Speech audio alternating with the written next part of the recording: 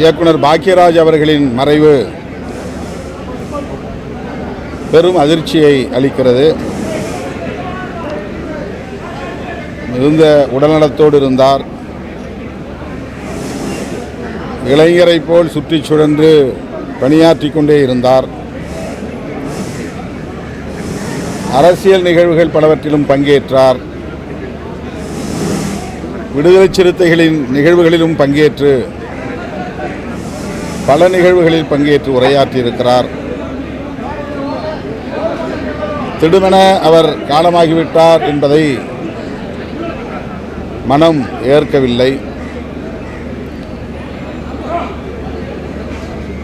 இயக்குனர் இமயம் பாரதி ராஜா அவர்களின் தலைமை மாணாக்கர் என்கிற பெருமைக்குரியவர். திரையுலகின் பேராளுமைகளுள் ஒருவர். 80களில் 90களில் திரையுலகில் மிக பெரும் ஆளுமையாக கோலோச்சியவர்.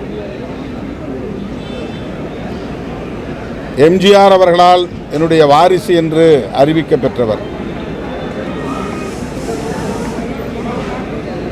அவருடைய தமிழ்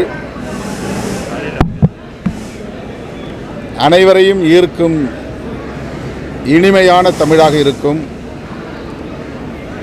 திரைக்கதைக்கு பெயர் போனவர். இவரை போல் திரைக்கதை எவராலும் அமைக்க முடியாது என்று பலராலும் பாராட்ட பெற்றவர்.